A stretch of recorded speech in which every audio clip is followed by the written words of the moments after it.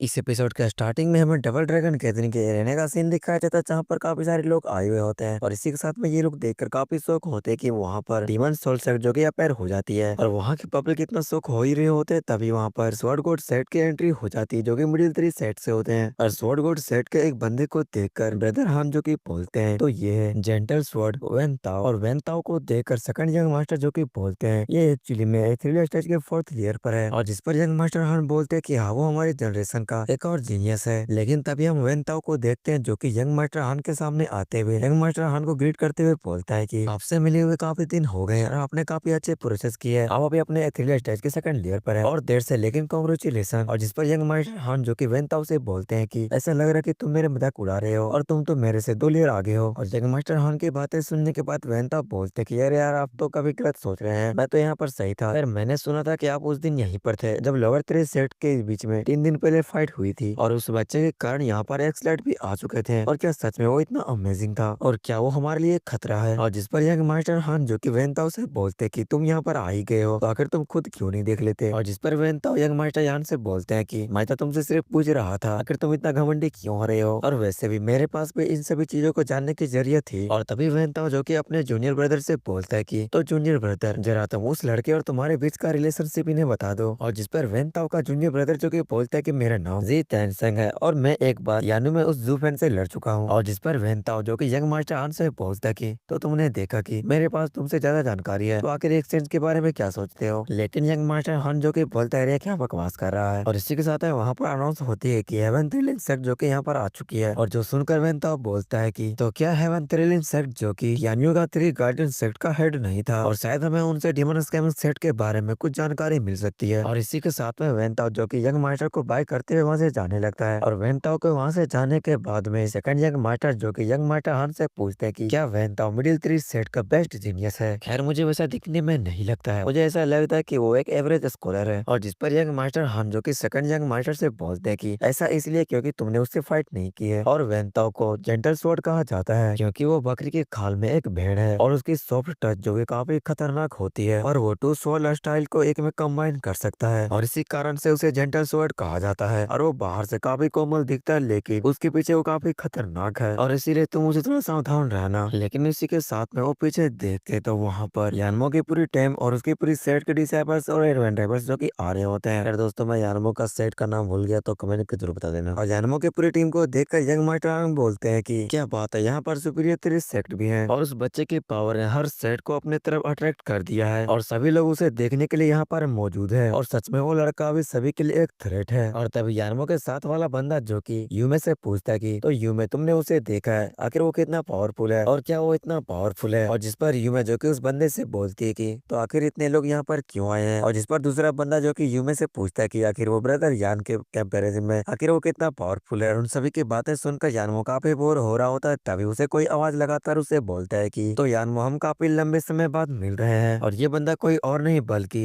यानमो जिसे अपना कॉम्पिटिटर समझता है वी क्योंग। और जिस पर यानमो जो कि वी क्योंग से बोलता है कि वो तो वेस्टर्न लैंड के बेस्ट टैलेंट को भी डर लगता है कि एक बच्चा उसके प्रेजियस टाइटल को खाना ले। और जिस पर वी क्योंग भी हंसते हुए बोलता है कि अल्टीमेट क्लियरिटी सेट जो कि क्लियरिटी पर ही फोकस करती है और साथ ही फ्री और एलिगेंट होना और साथ में फेम और अपनी फॉर्चून को हावी ना होना देना यही हमारी मोटिव है। और टाइटल जो कि मेरे लिए कोई भी मैटर नहीं है और चाहे तो तुम भी इसे ले सकते हो। और जिस पर यानमो बोलते हैं कि हाँ मैं ऐसा ही करूंगा जब मैं तुम्हें हरा दूंगा तो। और अब जो तुम ऐसा बोल रहे हो तो ऐसा लग रहा है कि तुम मेरा मजाक उड़ा रहे हो। और जिस पर भी किंग यू बोलते हैं कि मेरा ऐसा कोई इंटेंशन नहीं है और आज जो फेम मेरे साथ में है वो किसी और के साथ हो सकती है तो आखिर किसी को इसकी परवाह क्यों करनी है। और इस वर्ल्ड में कोई भी अपने पोजीशन को हमेशा के लिए नहीं रख सकता। और इसी के साथ में यानमो जो कि वी किंग यू के पीछे एक बंदे को देखते रहो काफी शौक हो जाता है और ये बंदा जो कि यानमो को ग्रीट करते हुए बोलता है कि हाँ तो मेरा नाम येलिन है और जुपेन मेरा एक वनली राइवल है और इसके लिए वही वर्दी है। और येलिन को देखकर यानमो काफी शौक होते हुए वो सोच रहा होता है कि आखिर यहाँ पर क्या चल रहा है। मेरे हार्ट की गहराई से दमन की यह गहरी भावना यहाँ तक कि जुपेन से भी नहीं आई थी और ये लड़का काफी डरावना है। और मुझे ऐसा फील हो रहा है कि जब कोई बिस्ट अपने बिस्ट किंग से मिलता है तो वो उसके सामने खुद ब खुद झुक जाता है और सच में ये काफी खतरनाक है, आखिर ये है कौन। और तभी उनके बीच कोई चिल्लाते हुए बोलता है कि वर्ल्ड का जस्टिस जो कि हमसे ही आ सकता है। और इसी के साथ में वहाँ पर राइटियस कल्टिवेटर्स को देखते हैं जो कि चिल्लाते हुए बोलते हैं कि जब भी कोई डीमन राइज करेगा तो जस्टिस उसे अपने अंदर में ले लेगा और इस बार जाओ डीजू इस विक्ट्री को पकड़ लेगा। राइटियस सेट की बातें सुनने के बाद यानमो उन सभी से बोलता है कि ओ हो तो तुम लोग डीमंस को प्योर करना चाहते हो। तो सुपीरियर 3 सेट के सबसे लास्ट वाले जो कि तुम लोग हमारे हेलोइन फ्रेम सेट से हर बार हार जाते हो और फिर भी तुम लोग डीमंस को प्योर करना चाहते हो। सच में तुम लोग की हिम्मत की दाद देनी पड़ेगी। और जिस पर वे किंग भी बोलता है कि अपने रैटलेस पाथ के साथ में तुम लोग यहाँ पर किसी को भी नहीं रोक सकते। और खैर ये मेंशन करने की जरूरत नहीं है कि एक्सलेट आयरन भी एक डिमोनिक कल्टीवेटर है। और वी किंग के इतना कहने के साथ में हम देखते कि वहाँ पर दोनों एक्सलेट जो कि आ जाते हैं। और इसी के साथ में हम एक्सलेट बायमे को देखते हैं जो कि बोलते हैं कि तो चलो अब स्टार्ट करते हैं। और इसी के साथ में हमें मेन गेट की तरफ दिखाया जाता है जहाँ पर अनाउंस होती है तो मिस्टिकल हेवन सेट और डिमन स्कैमिंग सेट के डिसेबल जो कि एंटर कर रहे हैं। और इसी के साथ में मेन गेट की दरवाजा खोलती है। उसके दरवाजे के उस पार हम जुबेन की आधी बॉडी को देखते हैं। सच में ये काफी खतरनाक लग रहा होता है। और इसी सस्पेंस के साथ में ये वाला चैप्टर यहीं पे खत्म होता है। एंड दोस्तों मैं इस पर काफी लेट रहा वीडियो लाने में, ऐसा इसलिए क्योंकि मेरी मम्मी को उसके पेट में कुछ प्रॉब्लम है जिसकी वजह से उसकी ऑपरेशन करनी पड़ रही है और जिसकी वजह से उसके पेट में काफी दर्द भी होती है। और इसी टेंशन में भाई मैं वीडियो बना नहीं पा रहा हूँ क्योंकि भाई बनाने का मन ही नहीं करता है क्योंकि भाई मेरा टेंशन कहीं और रहता है। खैर कोई बात नहीं, मैं वीडियो